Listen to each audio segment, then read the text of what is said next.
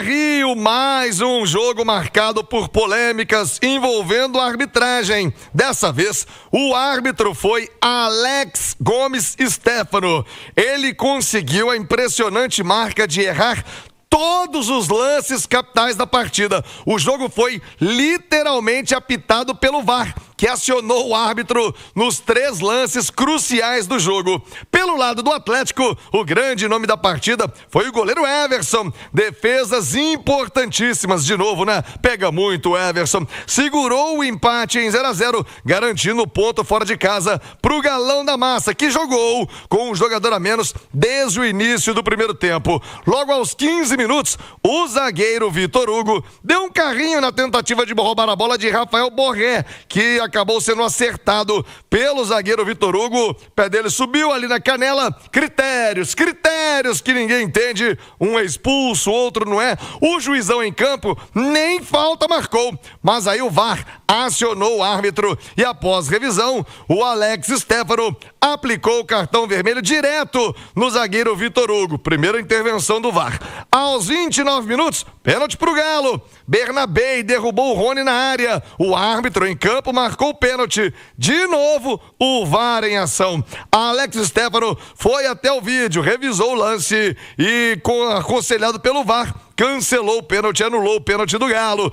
34 minutos, outra expulsão. Dessa vez foi a vez do técnico Jorge Sampaoli. Tava bonitinho, quietinho o Sampaoli ao longo da temporada, mas ontem não aguentou. Ontem explodiu o Sampaoli com o apito. Na súmula, o Alex Stefano diz que ficou ofendido com reclamações em sequência do técnico argentino. Ainda no primeiro tempo, 42 minutos, quase gol do Inter. Vitinho jogou pro meio da área, tirou do goleiro Everson. O atacante Rafael Borré chegou batendo, mas o Juan Tressoldi tirou em cima da linha e o Alan Franco isolou para lateral, tirando de vez o perigo da área atleticana. Nos acréscimos, escanteio curto, Tabata de fora da área, a bola desviou no Everson para grande defesa. No lance seguinte, Thiago Maia chutou no travessão, só que o árbitro já parava a partida por impedimento. No segundo tempo, 11 minutos, Alan Patrick.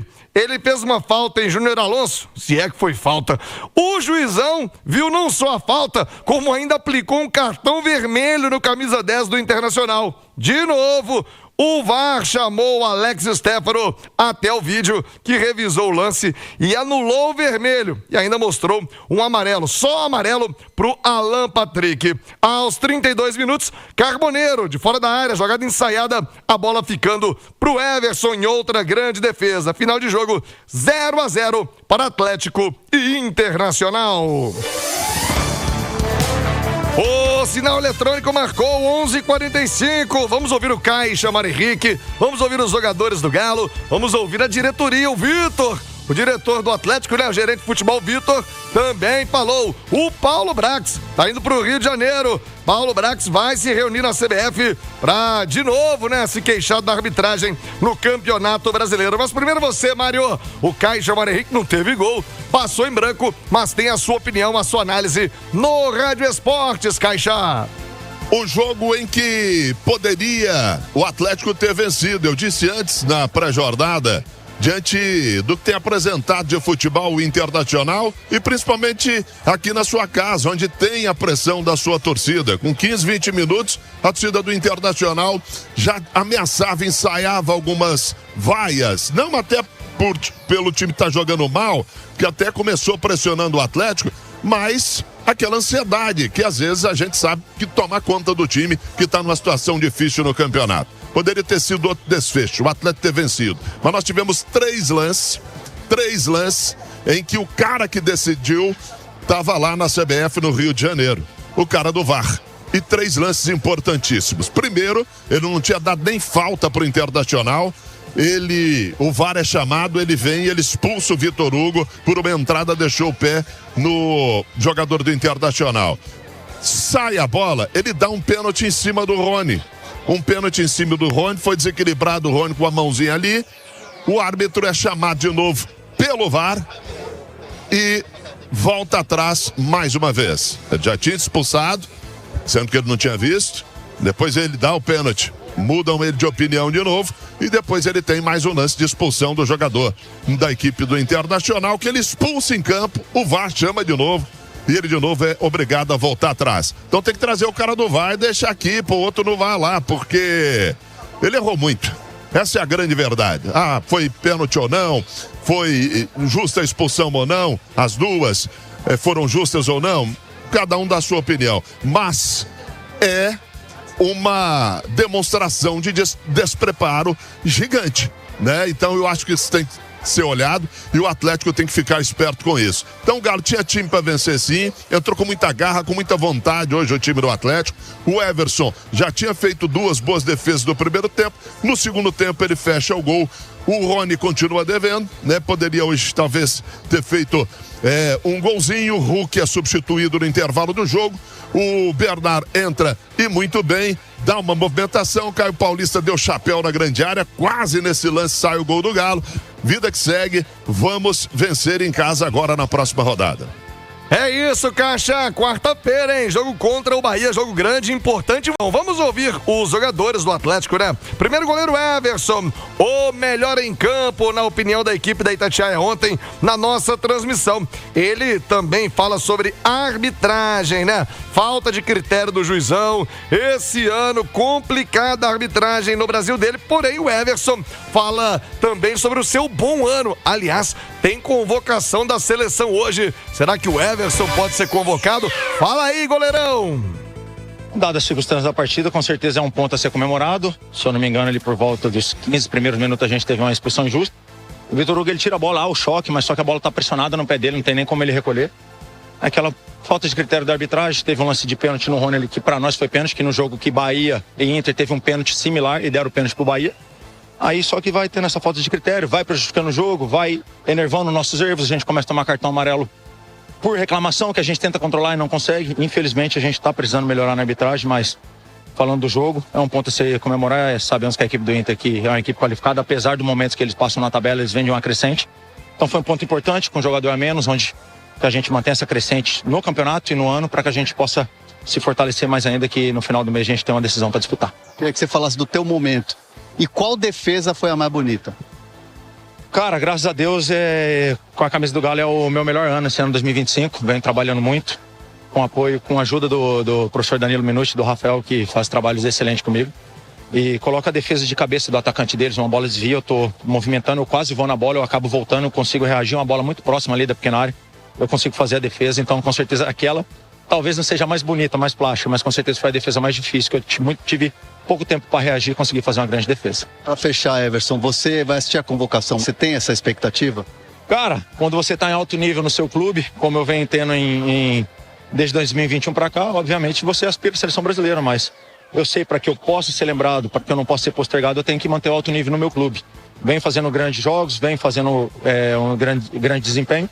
Respeito todos os treinadores que passaram, todas as convocações, mas sempre me coloco à disposição, como qualquer um, tenho o sonho de disputar jogos pela seleção brasileira, tenho o sonho de jogar a Copa do Mundo.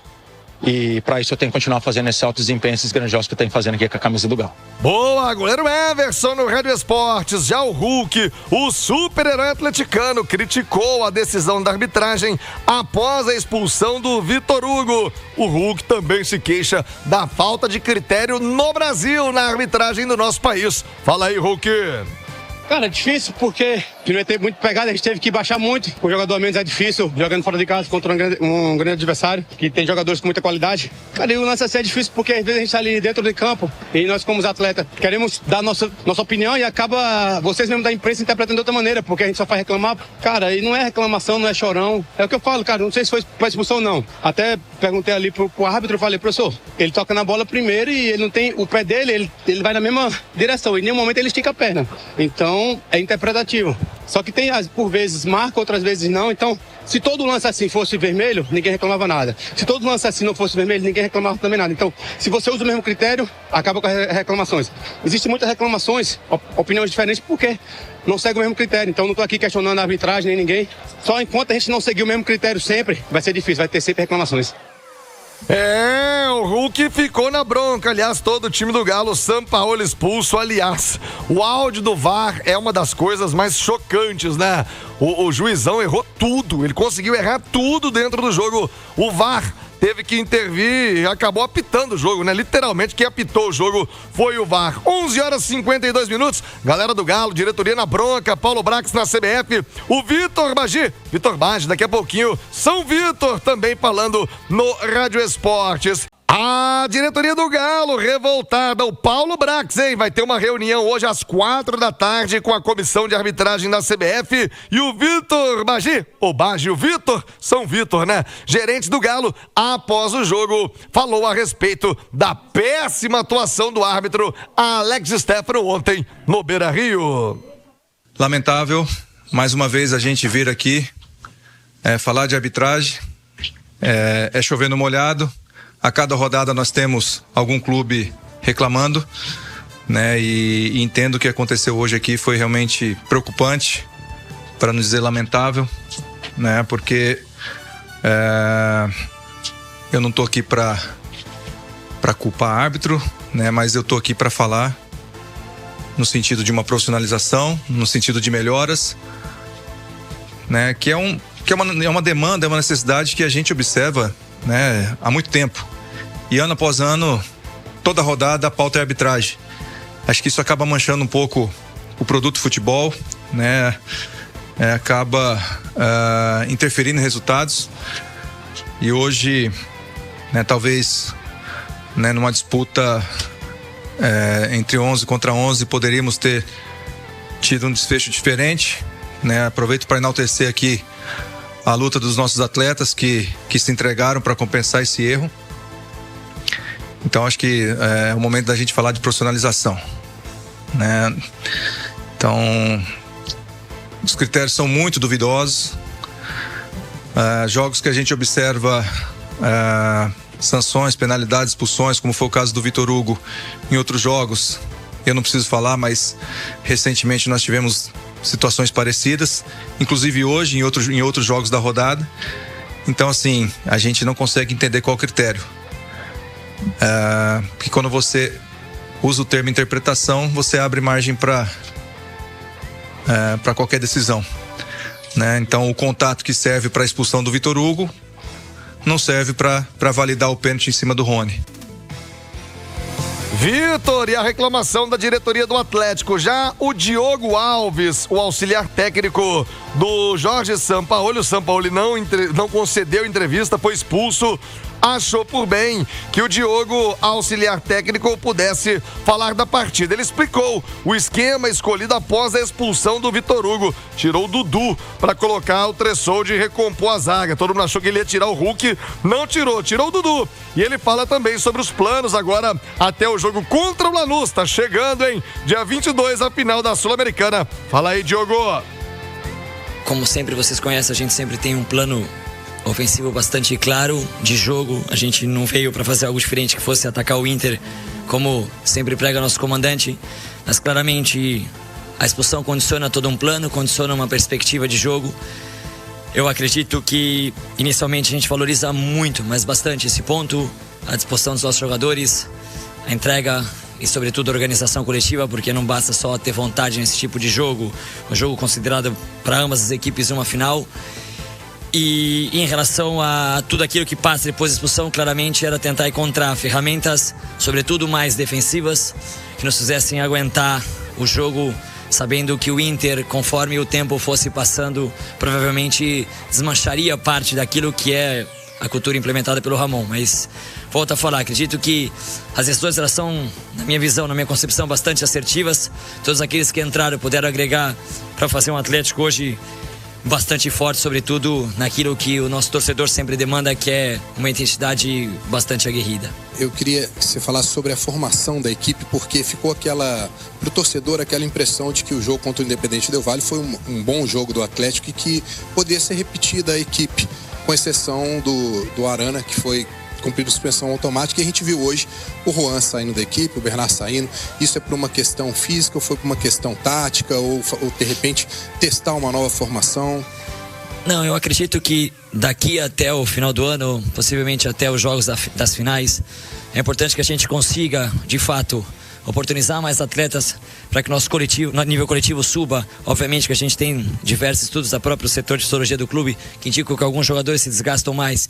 Então, toda essa demanda, toda essa discussão foi levada em conta para que a gente pudesse decidir. Mas, de fato, sem nenhuma dúvida, é vir aqui para poder competir com o Inter, sabendo a exigência daquilo que o Inter ia propor para o jogo e ser o mais forte possível, independente dos nomes. É assim que o Jorge tem feito desde o começo desse trabalho. Vocês os conhecem de outros trabalhos. O Jorge dificilmente repete escalações porque os rivais, por mais que a gente imagine, os rivais não são iguais, então demandam de fato estratégias diferentes, contextos diferentes e seguramente jogadores diferentes. Eu queria falar sobre a sequência do Galo no Brasileiro, né? Até o dia 22, que é a final da Sul-Americana, o Galo tem 3 partidas pelo Brasileiro, né? Enfrenta Bahia, Sport e Palmeiras. Eu queria saber de ti como é que está sendo o planejamento e até a questão de como o elenco está lidando com o foco, né, no Brasileiro, porque necessita dos pontos, né? Tá 6 pontos do Z4.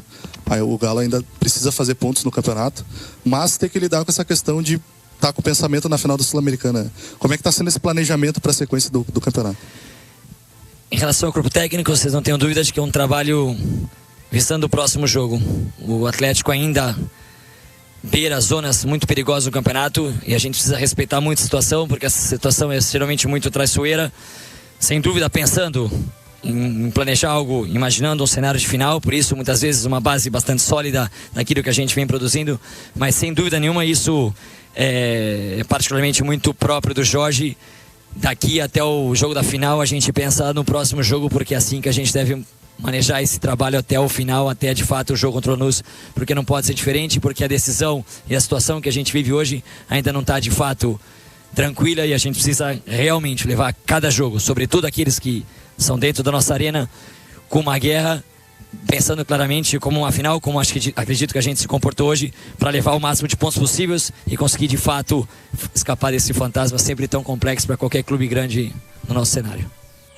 Muito bem, esse, para quem não conhecia como eu, é o Diogo Alves, auxiliar técnico do Sampaoli. Bora colocar na tela os melhores momentos para quem tá no YouTube, hein? O que rolou de melhor e de pior também, né? Os lances polêmicos lá em Porto Alegre com as imagens da TNT Esportes. Ale Oliveira, João Vitor Xavier, os comentaristas da Itatiaia. Ale, cara, eu já vi muita arbitragem ruim e me lembro aqui do Rafael Klein, recente, né? Estive em São Paulo vendo Palmeiras e Cruzeiro, como os caras têm a capacidade de estragar o jogo, né? De estragar o jogo. O juizão, olha, o primeiro lance aí do Vitor Hugo tá na tela.